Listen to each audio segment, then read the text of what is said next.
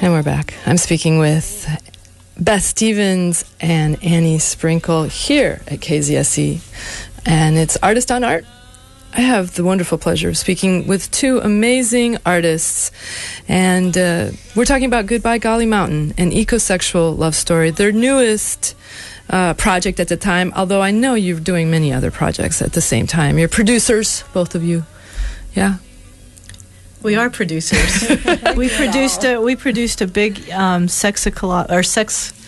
Sexecological eco-sex symposium this summer. It was the first eco-sex symposium in Europe, and that spanned Madrid, Spain, France, and England, and it was really an incredible event. And so we are producers. People from 19 countries, so it was very much an international spectacle. It was our sharing of information. We did workshops, we did panels, we did performance art. It was awesome. So it all began, though, in San Francisco. I remember you had an ecosexual symposium. It all began here with the Green Wedding to the Earth. Right. And then we had a symposium at the Center for Sex and Culture in San Francisco. And there was a manifesto that was created. Mm-hmm. And manifesto. People can read our Ecosex manifesto online at sexecology.org. And I have, I got to be there, and I signed it, and I have the poster from your, I have it. Oh. It's a part of my mission statement in life, of course. And give us, I know what it is, but tell our audience, what is in your manifesto? We mainly pledge to love the earth and to come together in groups. And, I just want to sort of preface this. Annie and I, although we love hippies, and I certainly always wanted to be a hippie, I was kind of too young. I missed it by a little bit. This is Beth. But we're not really hippies. So we're coming at this from really a sort of punk, queer, edgy performance art point of view, right? And we believe that we need to expand the environmental movement to engage the people who aren't really engaged at this point, and also people who are engaged. But, our manifesto really sets out a vision for how to try to save the earth, which we don't really know that we can save the earth, but to try to save the earth, through love and art and experimentation. A big part of our new paradigm is shifting the metaphor from earth as mother to earth as lover. And we eroticize nature and explore nature fetishes. We feel if people had a more reciprocal relationship with the earth, a romantic relationship, a very, sometimes we take from the mother, take, suck, from the breasts of the mother. Whereas a lover, you want to give them flowers and, mothers too sometimes, but, it's more mutual. Well, familiarity sometimes breeds contempt, and I think the mother's a figure that we're all very familiar with. The thing about the figure of the lover is that it's really a position. It's a position of unknown or unknowability, which is a little scarier, but it can be kind of more exciting. And we really feel like Mother Earth's tired of doing our laundry. You can also be eco-romantic, eco-sensual, and just enjoy the sensuality. Maybe you don't feel sexual towards the earth, but in our minds, watching bees pollinate flowers is like a live sex show. Once you start looking at the planet and having nature cloudgasms with ecosexual eyes, you start seeing, the eroticism everywhere. So really, it's a kind of also a sex education.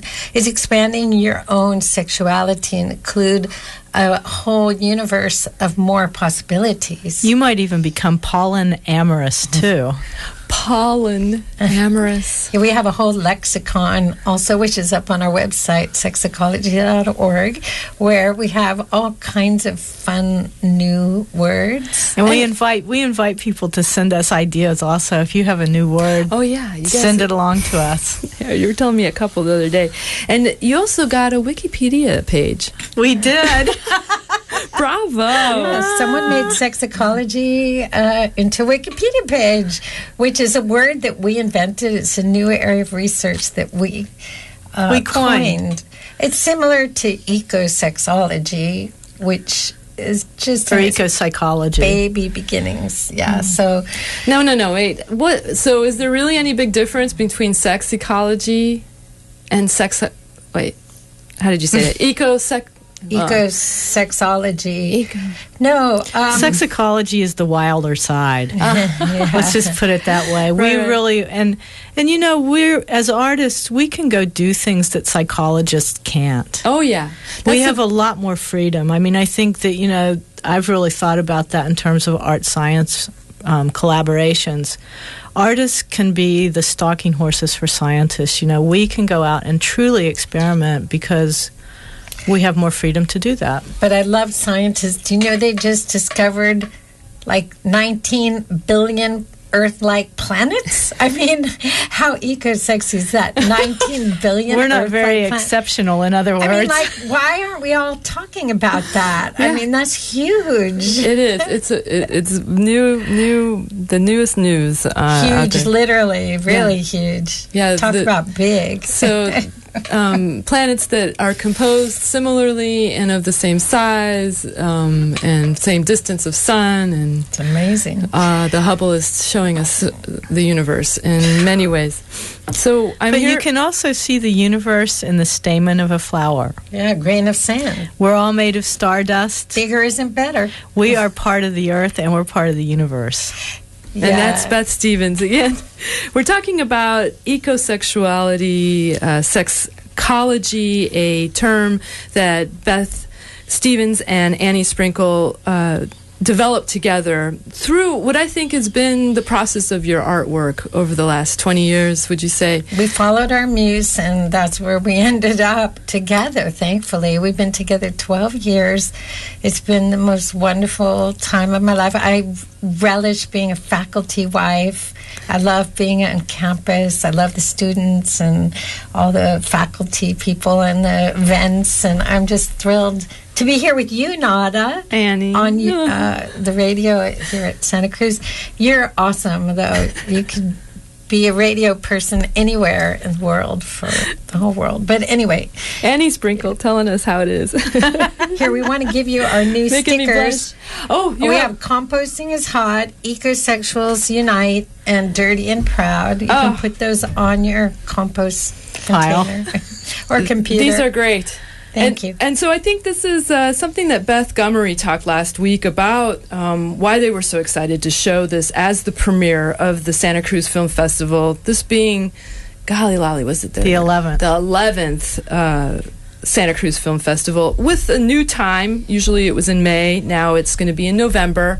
And so it was a little early this year, but this is where we want to keep it, thinking it's more sustainable. And also because people don't want to be sitting inside a theater when it's like the best new spring days. And that's usually how it was. It would show up when we were just having the best weather here in Santa Cruz. So Goodbye Gauley Mountain will be the opening of the Santa Cruz Film Festival tomorrow. Read that blurb, Nada, on that postcard. What's it about? Okay. And then it's also at the Del Mar at 7 p.m. with a party at the Ma. And we just hope everybody's going to come join us because this is really a love song to the earth. It's a love song to the earth, and it's also really wonderful that it can be here in Santa Cruz. Also, we want to recruit ecosexuals, so if you don't know what it is, come find out. And also, we have a lot of swag. Oh, yeah, you can get your stickers. Yeah. Well, what's a funny thing is Afro Cat was familiar with you two because she had been to your ecosexual boot camp in San Francisco, isn't that right? Oh yeah, she was a great camp counselor until she hurt her knee. We do theater also. Our camps are quite strenuous. Okay, hit it, Nada. All right, so Goodbye Gauley Mountain is an ecosexual love story, and it's a true tale centering around the art professor, my favorite art professor here at UCSC, Yay. Beth Stephens. Mine too. And her partner, feminist porn star, you like to call yourself, Annie Sprinkle. My favorite porn star. My only real... Anyways. And they join forces with environmental activists in the quest to save the Appalachian Mountain, Mountains, waters, skies, and animals from King Cole's corporate greed. Beth, you were born and raised in West Virginia. That I was. And that is the bosom of Gauley Mountain, hence had been first brought by, or taken over by the Gauls, which is currently under siege by this horrendous practice called mountain top removal. And it's a part of the coal mining process, and basically what they do is they cut in and they cut the entire top of a mountain off so that they can extract the coal easier. They don't even cut it. They're not even that polite. They blow it up with explosives. And it does incredible environmental damage. It is poisoning the watersheds. It is sending the most vile chemical sludge into the waters. The ecosystems that are being blown off the top of the mountain are some of which will never come back, because if you know anything about what's happening to the world as far as the global warming, animals and plants are having to move up the mountain. And when they get to the top of the mountain, that's it. And so we're just helping these ecosystems become extinct even faster. Yeah, the bear that are hibernating get buried. Basically die of starvation inside their really what's happening to the plants and animals is horrible, but those mountains are the headwaters of all of the water that goes to the mid-Atlantic region.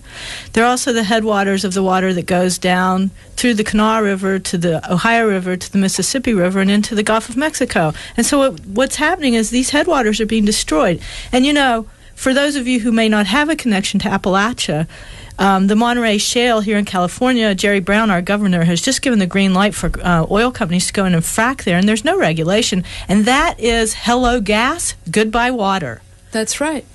And so the movie is about saving the Gauley Mountain, and it is taken from a very different perspective, because it's not just an eco documentary, which many times can be horribly depressing and very sad and make you just want to kill yourself afterwards. Yep. This is something that, like I said, Beth Gummery talked about last week when she was on the show. This is a fun, sexy way to look at a very hard subject. I'm going to tell you a secret, and I don't want you to tell anyone, Nada. Okay, I won't tell a soul. I'm a full professor here at UC Santa Cruz, but the fact of the matter is that I am a down-home hillbilly, and I love those mountains.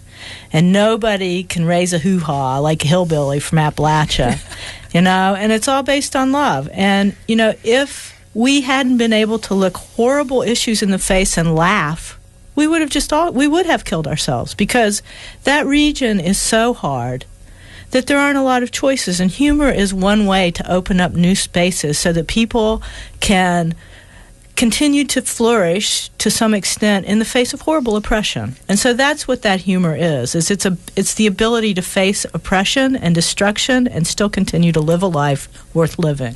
And I want to say we had a sneak preview here on campus. What group was that? At the Sustainability, Education for Sustainability and program. it got a standing ovation. Everyone applauded wildly. So it's a very well-made film. I'm so proud of Beth.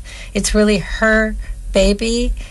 She really Annie's wanted to my baby this. too, so it's all the babies. I helped a lot, but really she worked her tushy off, and I could not have done this without Annie. She's done an amazing job. My brother, David B. Steinberg, as a professional music soundtrack person for TV and movies, and so he did us a favor and put together an amazing soundtrack with the woman Joan Renaud, who was an original member of the Kronos Quartet, Hazel Dickens, who is a West Virginia icon in terms of old-time music. So it's got good music and good, very high-quality sound. And beautiful color correction. So we're really proud of it. And, of course, since we live here in Santa Cruz, this is our West Coast premiere, and it's going to be a really fun night. We're going to have a little red carpet. I've got to go shopping. Carpet. It's going to be a redneck carpet. Yeah, so all you rednecks, come see this film. Everyone to come walk down our little red carpet. And then, yes, that's at 7 p.m. tomorrow. Thursday, November 7th at the Del Mar Theater. And again, that's the opening of the Santa Cruz Film Festival, which you can also go to santacruzfilmfestival.org, where you'll be able to buy the tickets in advance if you'd like. And then you can also, of course, go to Ecosexual Sexecology.org. We're behind on our calendars, so don't look for film festival stuff there. Oh, there's a trailer to the movie, too, people can see if you want a little taste. Yeah, you can go to Goodbye Gauley Mountain, and that's Gauley, like the Gauls.org. We always name everything .org because we like orgasm so much. And then the other thing is that if you say you're my student, which I consider most people to be my students, and you say the magic word, which is our dog's name, and if you are our student, you'll know that our dog's name's Bob. You can get a little discount for tickets if you can't afford it. If you can't afford it, please support the Santa Cruz Film Festival. If you can't afford it, then you're my student. That's right. We're all students of Beth and Annie's, but I'll tell you, I certainly think everyone should take a little bit from your art practice and bring it into their own lives. So, Goodbye Gauley Mountain is an ecosexual love story, and what's interesting is that you bring your life, your style of life, into making what can be a very depressing story about the devastation of the Appalachian Mountains. And you're using it with activist tactics. As art activists, you're using queer art and strategies. Animation by a student here, a former student. Hannah Metzner. Well, my cinematographer, Jordan Freeman, went to the community studies program here, and I didn't know that until we started shooting. Oh, and so you two, I know you say you're from West Virginia, Beth, but you've been in New York City a long time, you're living in San Francisco, you're here in Santa Cruz. You're not the standard hillbilly, but you went back home. And I am the standard hillbilly. I just had opportunities that most standard hillbillies don't have. There you go. Because the coal companies keep them poor, a lot of them. Right. And they take the money from the coal out of the state. And West Virginia is, I think, the richest state in natural resources in the United States and one of the poorest in terms of in poverty. Kentucky, that whole region has been devastated for years of inequality and being sucked of their environmental resources by these big corporations that don't care at all about them. And so, when I think of you two going back to West Virginia and talking with these Appalachian Mountain people, it's incredible. The stories are that you come back with, the love and the amazing collaborations that you made, or kind of could be surprising, Well, we've made very unlikely allegiances with hillbillies. You'll never see another film where queers and hillbillies are aligned to fight against corporate greed and destruction. But I want to say something important, which is I have been unbelievably inspired by the activists there, the mountaintop removal activists stopping mountaintop. They put their lives on the line. They do incredible things. They're amazingly creative. They lock down to heavy equipment. They risk arrest. They risk fines. They're incredible. In awe of them. I am too. And then the one other thing I want to say is that, we should all be aware that the United Mine Workers of America, that's the union that gave us the 8-hour workday and abolished child labor. So this is West Virginia is where that happened. And West Virginia is so maligned in the public imagination that it's phenomenal. And what that malignment has done is turned it into a sacrifice zone. Oh. So you have the movie celebrates these very unlikely collaborations and partnerships with people that you normally would not think of being able to align, let alone talk to one another. Unfortunately, when you have people that aren't exposed to as much education and diversity, to have somebody not look or dress the way normal, people do in West Virginia, it's, it could cause conflict. That's all I'm trying to say. I mean, it's a very, there's a lot of tension there. And people who do look alike cause conflict, because some people characterize this as the next civil war. You know, people's livelihoods are really on the line, and it's a complex thing that would take a long time to really talk about. But I think that the people who are fighting mountaintop removal at this point know that they're going to have to make larger alignments in order to get the word out about this situation. And what Annie and I have spoken about mountaintop removal all over the world.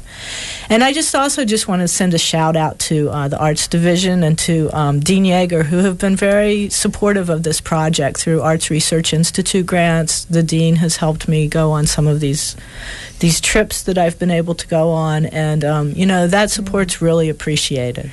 Hallelujah. So glad to hear it. UCSC, rock on. Yeah. You wanted to talk a little bit, Beth Stephens, about how mountaintop removal is, in a way, a symbol of this corporate greed and, the oil companies. You mentioned that California has now, the government has talked about allowing the Monterey. Tell us about the Monterey Shale to be fracked.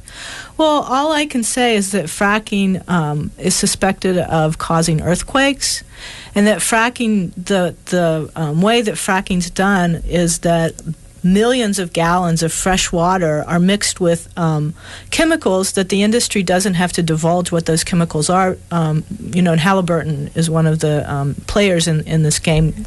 And that those chemicals are sent down into the earth, and they're pressurized so that they fracture the shale there, and then through that fractured shale, gas rises up, and that gas goes through, the water table, right? Like supposedly it's piped out, but the pipes have broken. All kinds of disasters have happened around fracking, and then millions of gallons come back out of the water that are polluted in such a way that if livestock drinks that water, it'll die. That water has to be disposed of, and it has contaminated many, many freshwater sources. And so this is going to be happening in the Central Valley of California, where there are earthquakes, where there is a water problem, and which is the agricultural breadbasket of the United States.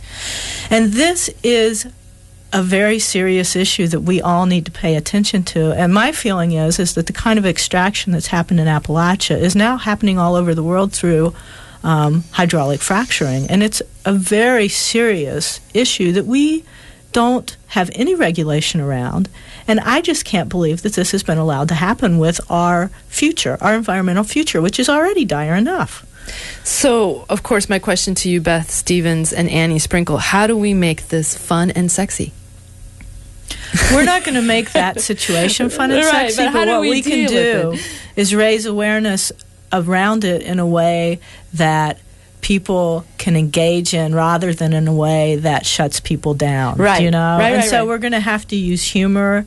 And Annie and I really deploy the metaphor as Earth as lover. And I think that when you think about your surroundings in that manner, you want to enjoy your lover. You don't want your lover to be the 9-to-5 job that you're resenting, right? You don't want your lover to be the rule maker. You want to break some rules with your lover, right? You want to be outside the kind of common standard ways of thinking. You want to celebrate life with your lover. And that's what we're trying to do with the earth. And if you're celebrating life with your lover, you're not killing your lover, right?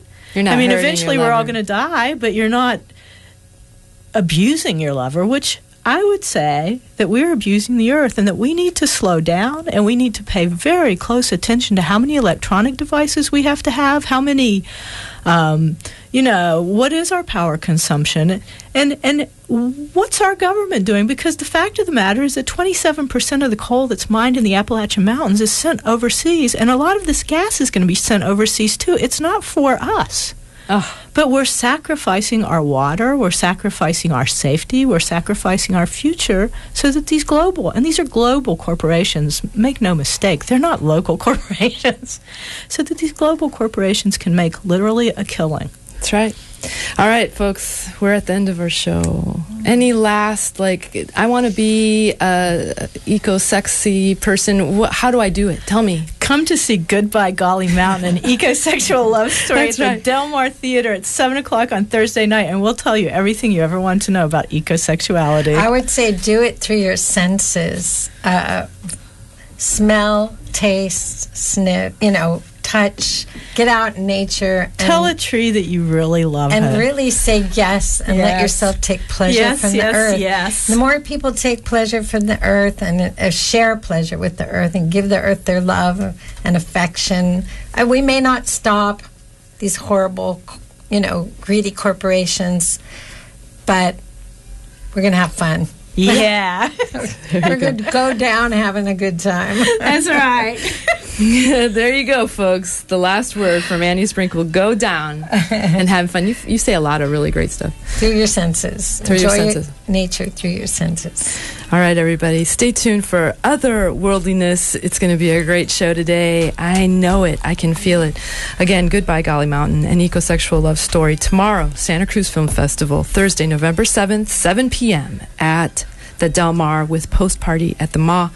I have to say that the Women's International League for Peace and Freedom invites you to attend the ins and outs of the State Assembly, where State Assemblyman Mark Stone will talk about the current environmental legislation and public health and safety issues. He's a strong advocate for the protection of our coastal resources and drinking water and is a former member of the Coastal Commission. In his short tenure in the Assembly, Mark Stone has successfully passed bills helping foster kids and homeless youth and co-authored a bill to regulate contaminated wastewater from fracking. That's right, folks. Invite him to our film. The ins and outs of the State Assembly will take place on Tuesday, November 19th at 7 p.m. at the Quaker Center, located at 225 Rooney Street. For more information, call 428-5096. Admission is free and donations are accepted. Thank you, thank you, thank you, Beth Stephens and Annie Sprinkle. Thank you, Nada, for being so wonderful. Yeah. Thank you both for and all your you work. Do. Oh, I thank you. And I want to thank artists. Vanya Benavides for live tweeting and posting on Facebook as we've been speaking. Well, thank you, Vanya. Have a wonderful day, everybody. See ya at the movies. Del Mar tomorrow. Come on. We need more ecosexuals. Ecosexuals unite. That's right. Come on. Tudo quanto tem sofrido na ausência e na distância.